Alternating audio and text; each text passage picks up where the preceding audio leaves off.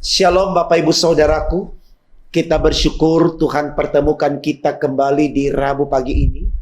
Tentu itu adalah anugerah dan berkat dari Allah buat saudara dan saya. Maka mari kita yang mensyukuri akan kebaikan Tuhan ini. Kembali kita datang menyatakan kesediaan kita untuk menerima firman-Nya. Dengan percaya lewat firman Allah ini kita semakin dikuatkan secara iman. Dan kita mampu menghadapi situasi apapun dengan tidak harus membantah dan menyalahkan Tuhan. Mari saudaraku kita awali dengan doa. Kita berdoa. Tuhan Yesus, terima kasih Engkau setia atas kami lewat pernyataan, lewat kehadiran-Mu yang menganugerahkan firman kepada kami di setiap pagi. Kami sungguh bersyukur karena firman Allah selalu menjadi penyemangat bagi kami untuk menghadirkan diri kami di totalitas hidup ini, untuk tetap bersyukur dan tetap percaya Engkaulah Allah kami yang hidup, yang menjadi Tuhan dan Juru Selamat kami. Terima kasih Tuhan. Oleh karena itu kembali pagi ini kami mohon Engkau urapi kami dengan firman-Mu, agar firman di pagi ini kembali semakin menguatkan iman kami dan semakin meyakinkan kami kalau Engkaulah Allah yang patut kami sembah, kami agungkan dan kami permuliakan, sehingga di dalamnya kami akan diselamatkan. Berfirmanlah Tuhan Yesus, karena kami sedia mendengarkannya. Amin. Saudaraku, bacaan Alkitab kita di Rabu pagi ini terambil dari kitab Injil Matius 14 ayat 1 sampai 12. Demikian firman Tuhan. Yohanes Pembaptis dibunuh. Pada masa itu sampailah berita-berita tentang Yesus kepada Herodes, raja wilayah.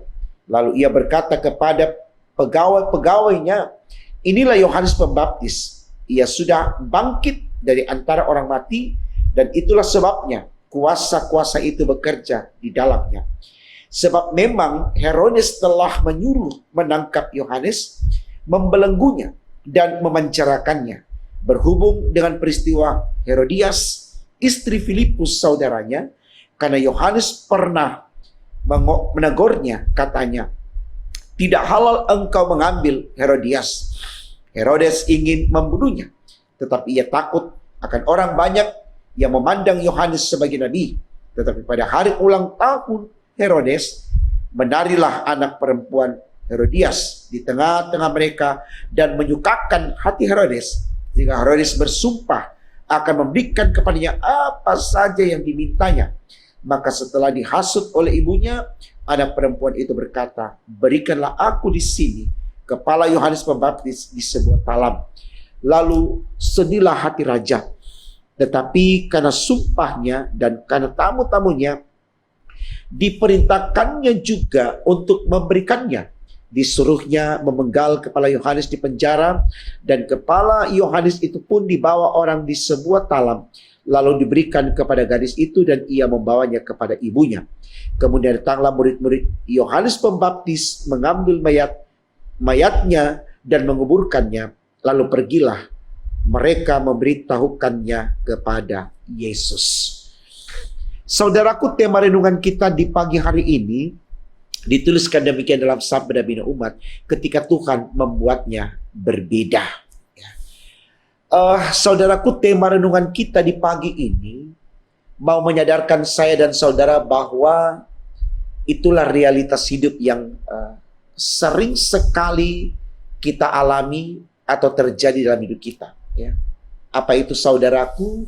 Yaitu sebuah keinginan untuk mengalami sesuatu yang menyenangkan, tapi kenyataannya itu berbeda dalam realitasnya atau dalam kehidupan konkret kita, yaitu mungkin kita mengalami sesuatu yang tidak menyenangkan.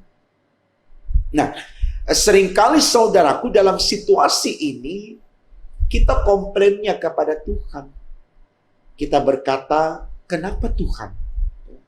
Atau mengapa Tuhan saya mengalami hal ini? Bukankah saya sudah meminta kepada Engkau untuk memberikan saya yang ini? Nah, situasi ini saudaraku tidak bisa kita sangkal, seringkali terjadi kepada kita. Artinya kita mencoba untuk memahami apa yang diberikan Allah itu tidak sesuai dengan keinginan kita. Yang kita mau, apa yang terjadi pada kita, yang kita minta kepada Allah itu sesuai dengan keinginan kita. Gitu loh. Nah, saudaraku, kalau kita kembali pada renungan hari Minggu kemarin, ya, dalam khotbah Minggu kemarin, itu tema renungan kita, ya, dituliskan di sana, bukan kehendakku, tapi kehendakmu. Ya. Artinya di sini mau bercerita tentang ku di sini manusia dan mu di sini Allah. Ya. Ditegaskan dalam tema itu bukan kehendak manusia, tapi kehendak Allah. Artinya Allah yang harus berbicara kepada manusia, bukan manusia yang menentukan apa yang harus dikatakan oleh Allah atau apa yang harus dilakukan oleh Allah. Saya pikir ini baik saudaraku untuk kita renungkan supaya kita mulai tidak memaksa Allah untuk mengikuti kata hati kita. Karena sampai kapanpun dalam renungan saya pada hari Minggu saya katakan manusia itu hanyalah ciptaan dan Allah itu sang pencipta, tidak bisa dirubah. Artinya dalam kondisi ini, manusia harus merendah kepada Allah. Manusia harus tunduk kepada Allah. Manusia harus berserah sepenuhnya kepada Allah. Pada keputusan Allah. Allah yang punya otoritas. Allah yang punya kewenangan untuk menentukan apapun yang ada pada manusia. Saya katakan dalam khotbah pagi kemarin, seperti dikatakan oleh Ayub, dalam Ayub pasal 2 ayat yang ke-10 dia katakan, apakah kita hanya mau menerima yang baik dari Allah tapi yang buruk tidak? Artinya di sini saudaraku, Ayub tidak pernah memandang apa yang berbeda dari dirinya, dari keinginannya yang diberikan oleh Allah. Kendati pun dalam pandangan manusia itu buruk seperti yang dipandang oleh istrinya, tapi Ayub tetap melihat itu baik karena semua yang datang dari Allah itu berkat. Bahkan mati pun di dalam Tuhan itu berkat saudaraku, bukan kutuk. Ya. Jadi jangan disesali, jangan ditangisi, jangan diratapi. Makanya orang Kristen kalau meninggal kemudian setelah pemakaman bikin ibadah pengucapan syukur. Karena kita bersyukur. Bersyukur karena orang yang meninggal dalam nama Tuhan Yesus sudah sampai ke sorga. Ini yang mau diceritakan dalam cerita pendek tentang Osi di dalam SBU pagi hari ini kalau Bapak Ibu baca. Osi juga pernah bertanya kepada Tuhan atas sakit leukemia yang dia alami bertahun-tahun. Kenapa Tuhan? Ya. Tapi di detik 2 hari sebelum dia meninggal, dia mendapatkan jawabannya. Allah berjumpa dengan dia dan mengatakan bahwa rumahmu yang baik, rumahmu yang indah, rumahmu yang sempurna, rumahmu yang kekal sudah aku sediakan.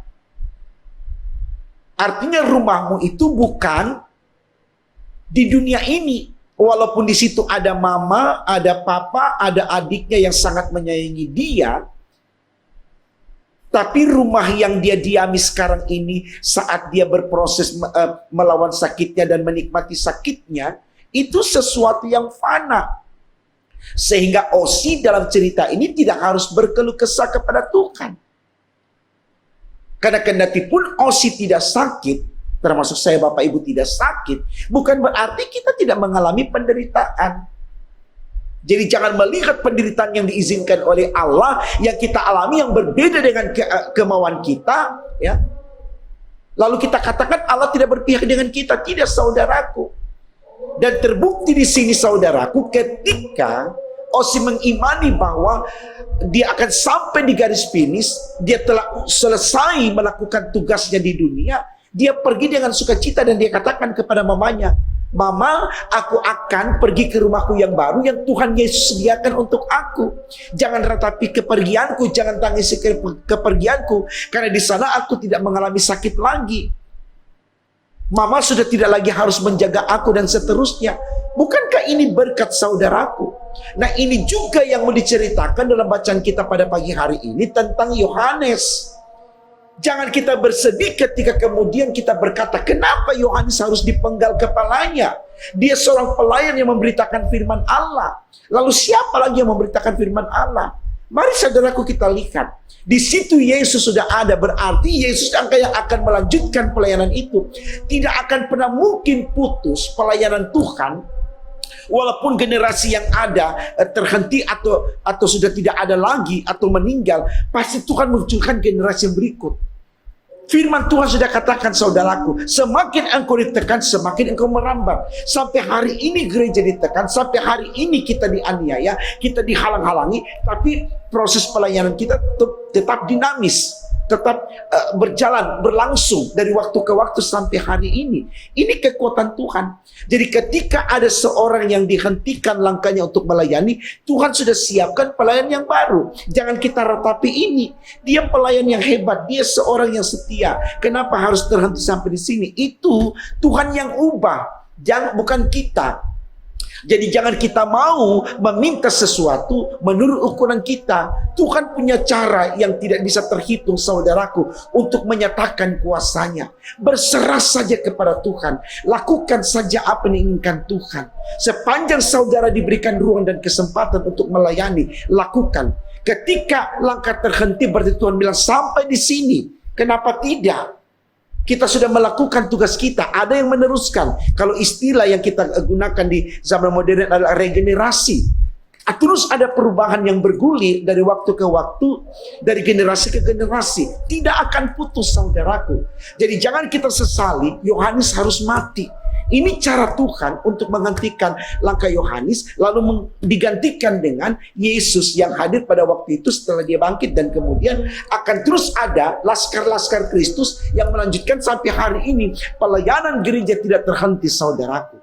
Ini yang mau kita semangati, ya. Jadi mari kita lihat tema kita, ketika Tuhan membuatnya berbeda, itu berkat. Jangan kita bilang itu kutuk.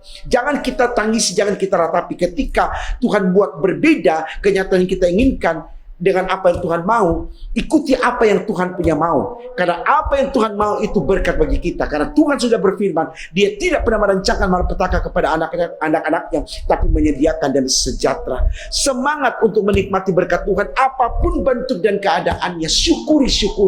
Khotbah kita kemarin Filipi 4 ayat 4, bersukacita senantiasa dalam Tuhan. Itu yang harus kita lakukan, saudaraku. Selamat berkarya hari ini, apapun keadaannya. Jangan berhenti untuk melakukan sesuatu yang terbaik bagi Tuhan. Dengan tetap bersyukur, dengan percaya. Itu berkat buat saudara dan saya dan kita semua. Tuhan memberkati firman-Nya. Amin. Mari kita berdoa, saudaraku. Terima kasih Tuhan, kembali Engkau berikan penyegaran kepada kami untuk tidak berhenti melakukan apa yang terbaik bagi Engkau, kendati pun keadaan yang kami alami berbeda dengan apa yang kami inginkan. Karena apapun yang Tuhan kehendaki, apapun yang Tuhan nyatakan dalam kehidupan kami, tidak ada yang salah. Semua itu berkat, sakit, sehat, hidup, mati, kaya, miskin, apapun sepanjang itu kehendak Allah, itu berkat. Karena kami sungguh bersyukur Tuhan setiap apa yang terjadi pada kami, karena kami melihatnya, itulah bentuk kepedulian Tuhan kepada kami. Dan apa yang kami alami dalam kuasa Tuhan, itulah surga buat kami. Terima kasih Tuhan untuk semua pengertian Kau berikan kepada kami, sehingga kami terus menyembah Engkau, kami terus mempermuliakan nama-Mu dalam situasi apapun sekarang sampai selama-lamanya. Dalam nama Tuhan Yesus kami sudah berdoa dan mengucap syukur kepada Bapa di sorga. Haleluya, puji Tuhan. Amin.